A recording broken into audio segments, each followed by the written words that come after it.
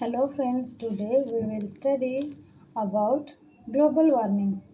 Global warming is defined as the increase in the average temperature of the earth. Over the last 100 years, the average temperature of the air near the earth's surface has risen a little less than 1 degree Celsius. The rate of warming over the last 50 years is almost double that for the period 1906 to 2005 as a whole. Increasing greenhouse gas concentrations resulting from human activities such as fossil fuel burning and deforestation is mainly responsible for the observed temperature increase.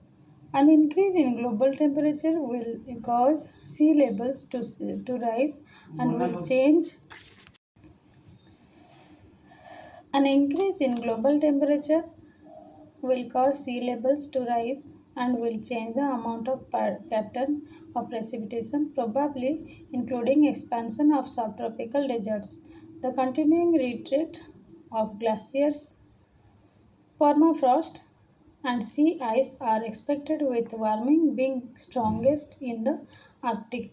Other likely effects include increases in the intensity of extreme weather events, species extinctions, and changes in agricultural yields. Now, let's know about global warming potential of greenhouse gases. Global warming potential is a relative measure of how much heat a greenhouse gas traps in the atmosphere. It is based on the heat absorbing ability of each gas relative to that of carbon dioxide, as well as the decay rate of each gas. It is calculated over a specific time interval, commonly 20, 100, or 500 years.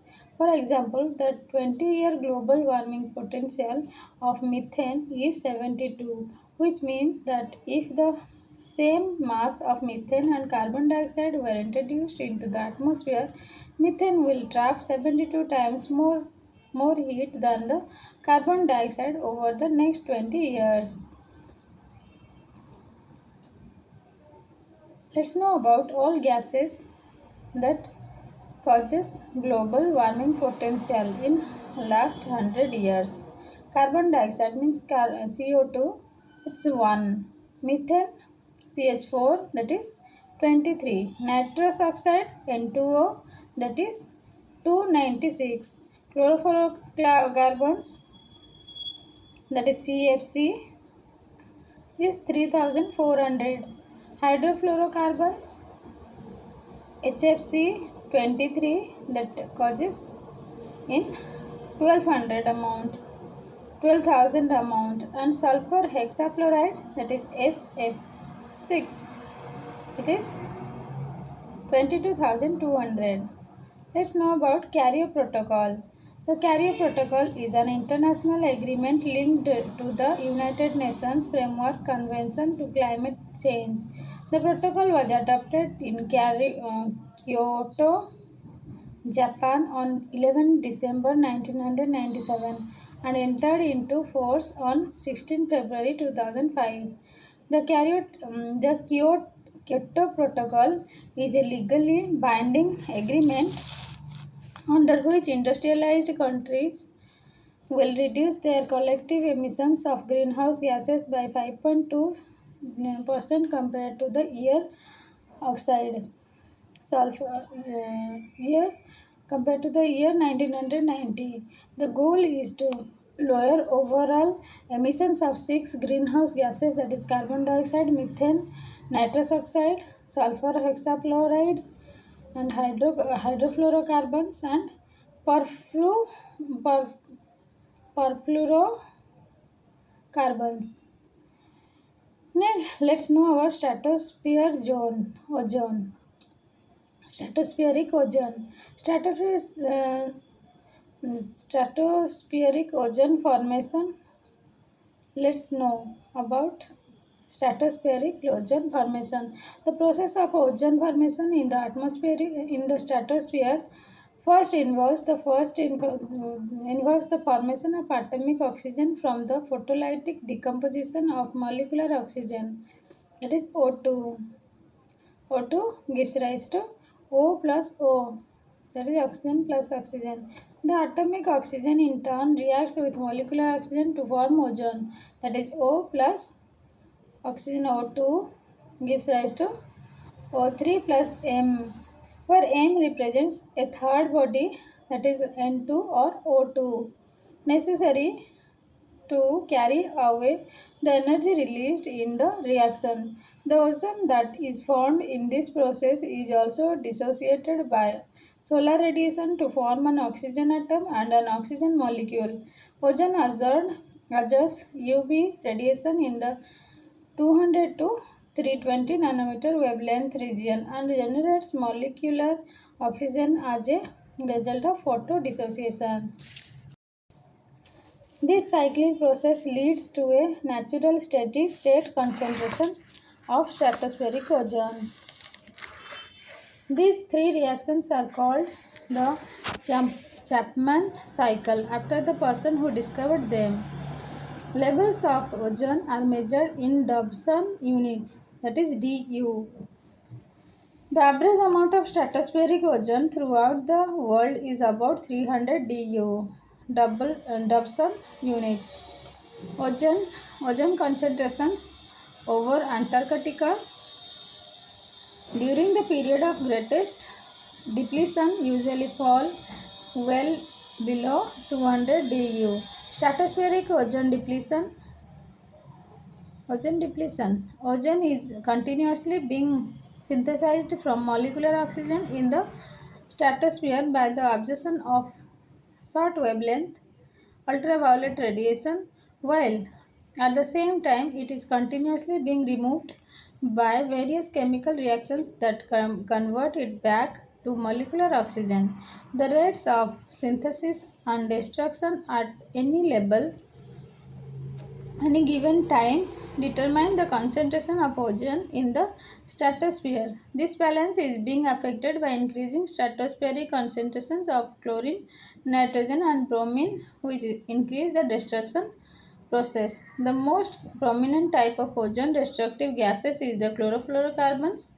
The possibility of stratospheric ozone depletion caused by CFC was proposed by F. Sherwood, Rowland, and Mario Molina.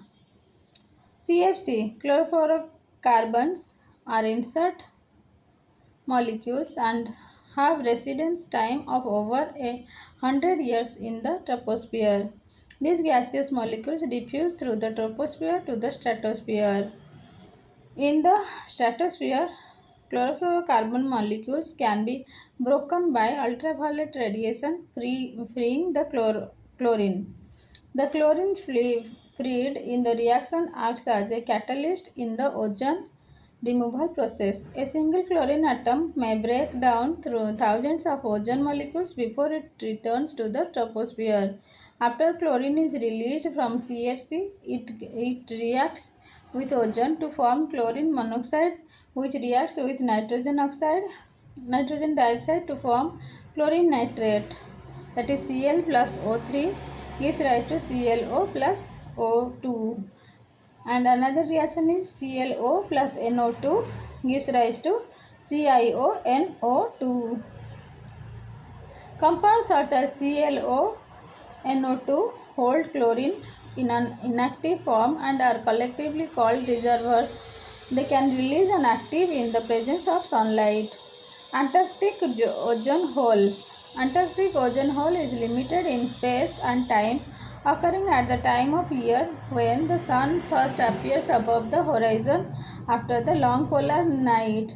In the Antarctic, winter a unique atmospheric condition known as polar vortex form. The polar vortex blocks warmer mid-latitude air from mixing with the air above pole, creating extremely cold polar air temperature. Stratospheric temperatures may fall this cold vortex. Polar stratospheric ice crystal clouds form. This unique atmospheric condition eventually allows the chlorine to be released from chlorine nitrate.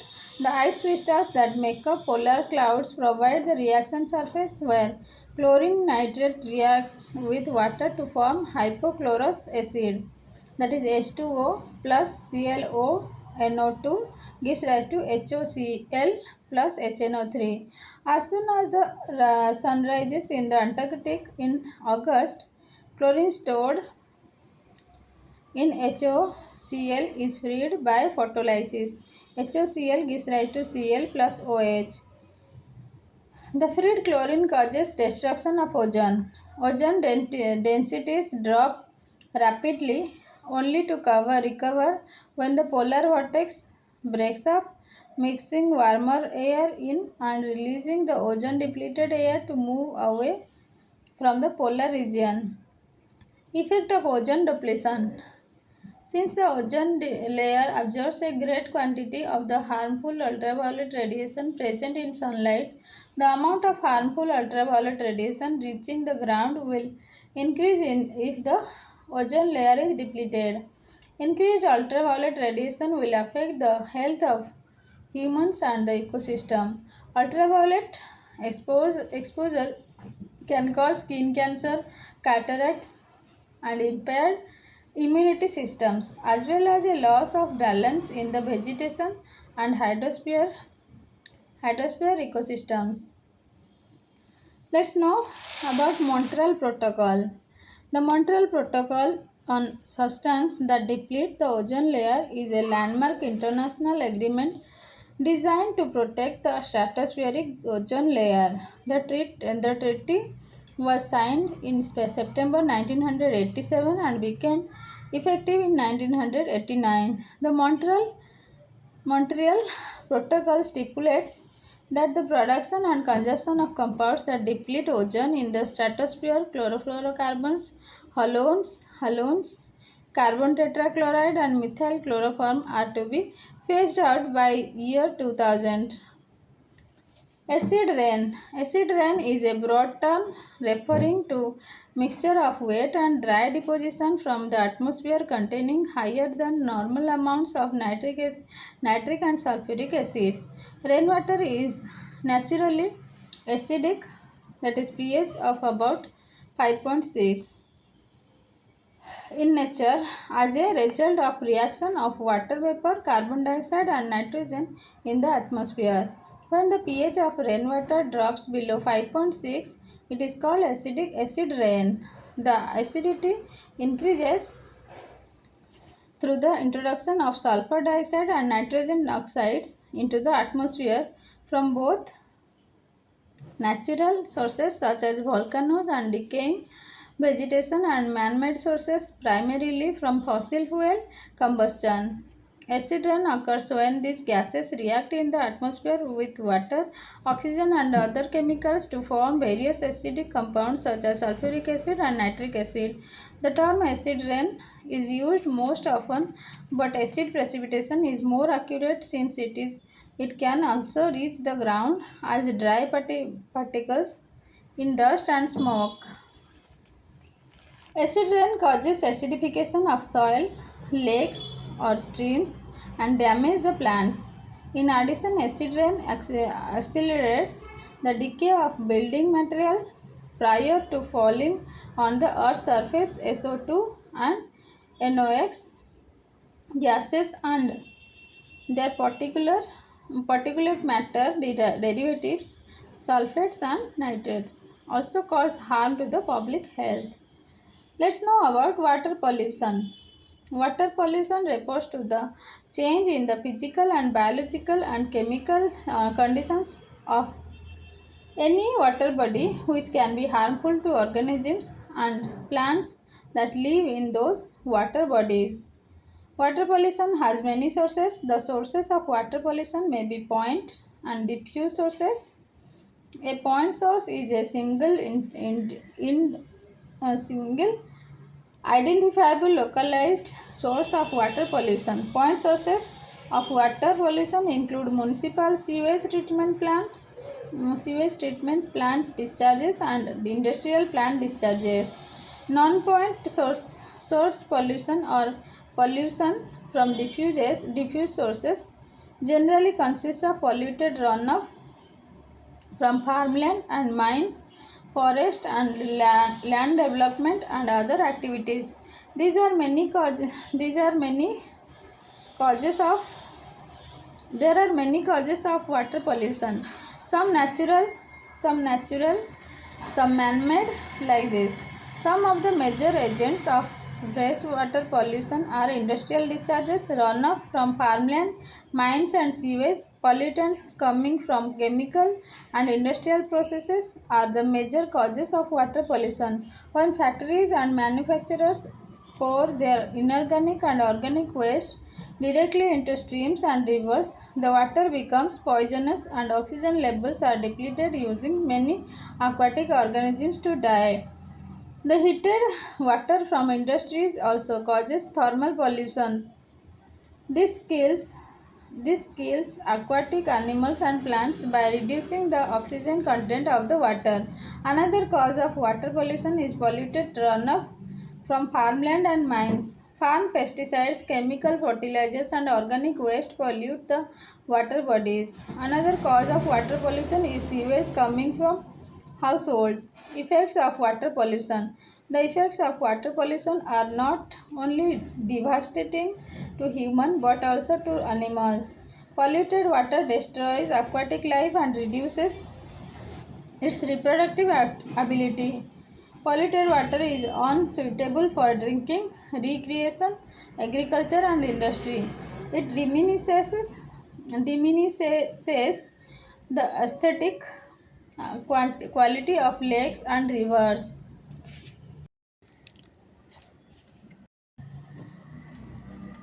Let's know about BOD and COD, that is biochemical oxygen demand and chemical oxygen demand. The amount of dissolved oxygen used of the aerobic microorganisms to decompose the organic matters present in the sample of water is termed biochemical oxygen demand or biological oxygen demand. It is an indirect measure of the concentration of readily biodegradable oxygen organic matters. Since aerobic microorganisms live by decomposing organic matters, the amount of oxygen used is proportional to their number and metabolic rate. BOD test evaluates the dissolved oxygen used up by aerobic microorganisms over a 5 days period at 20 degrees centigrade. BOD concentration of wastewater is expressed in mg per liter. BOD is BOD of clean fish water is 2 mg per liter, whereas the value exceeding 5 mg per liter indicates contamination. When BOD level are high, there is a decline in DO level, that is dissolved oxygen levels. Let's know about chemical oxygen demand. Chemical oxygen demand is used as a measure of oxygen requirement of a sample that is susceptible to oxidation by a strong chemical oxidant. Under controlled conditions of time and temperature, a chemical oxidizing agent is added to the sample of water and the amount needed to oxidize the reducing matters present is measured.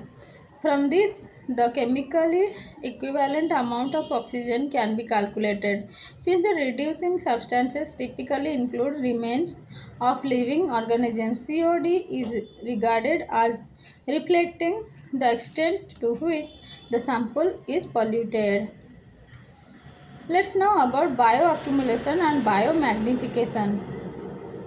Bioaccumulation is the accumulation and enrichment of chemicals in an organism in higher concentrations than are normally found in the environment. For example, DDT, a fat soluble chemical, may be present in the environment in small quantities, but biological activity concentrates it in the organism.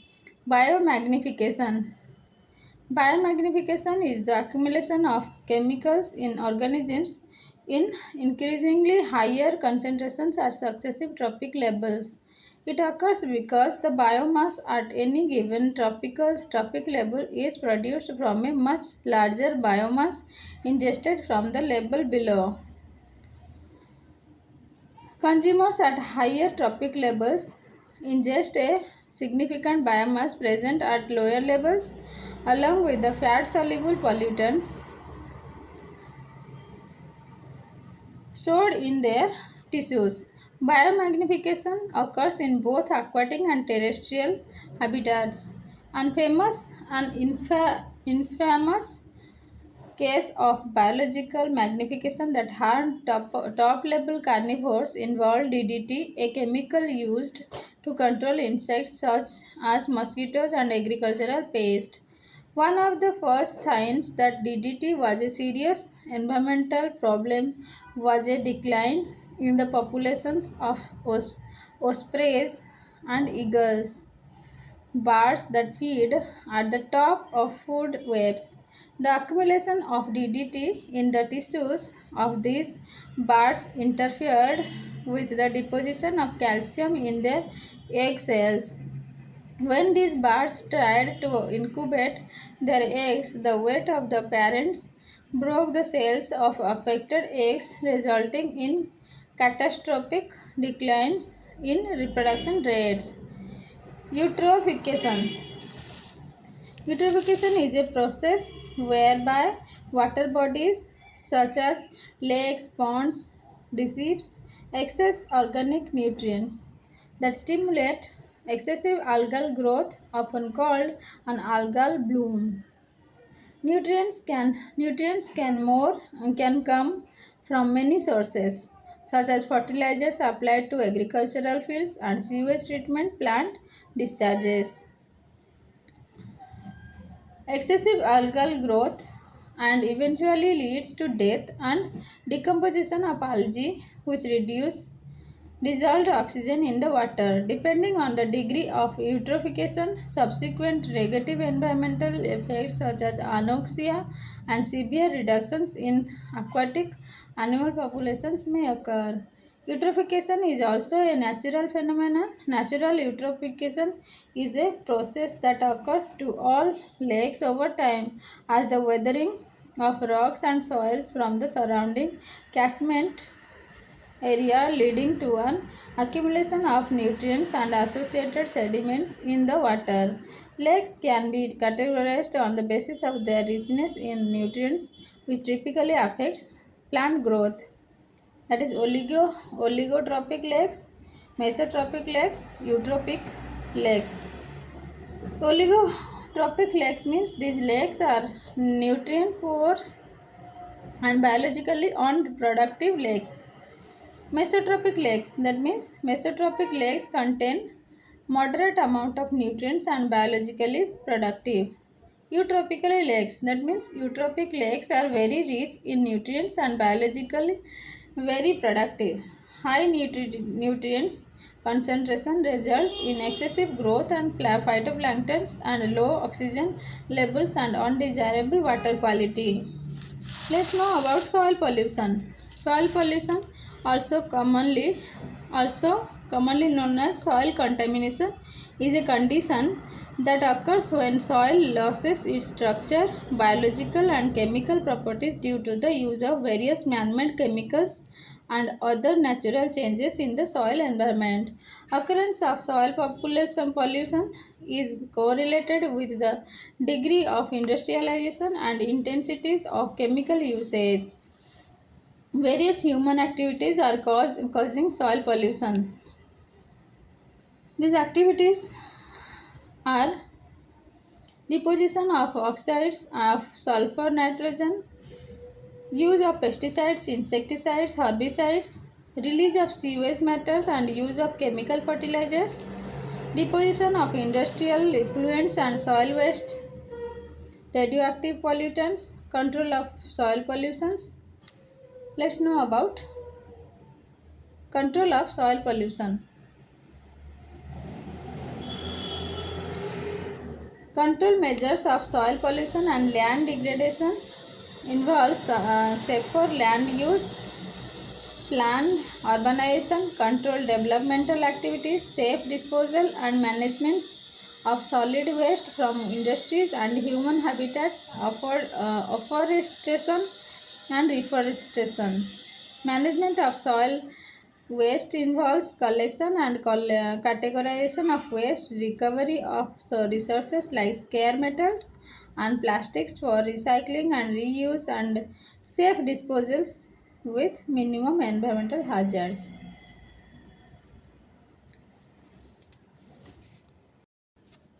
Thank you.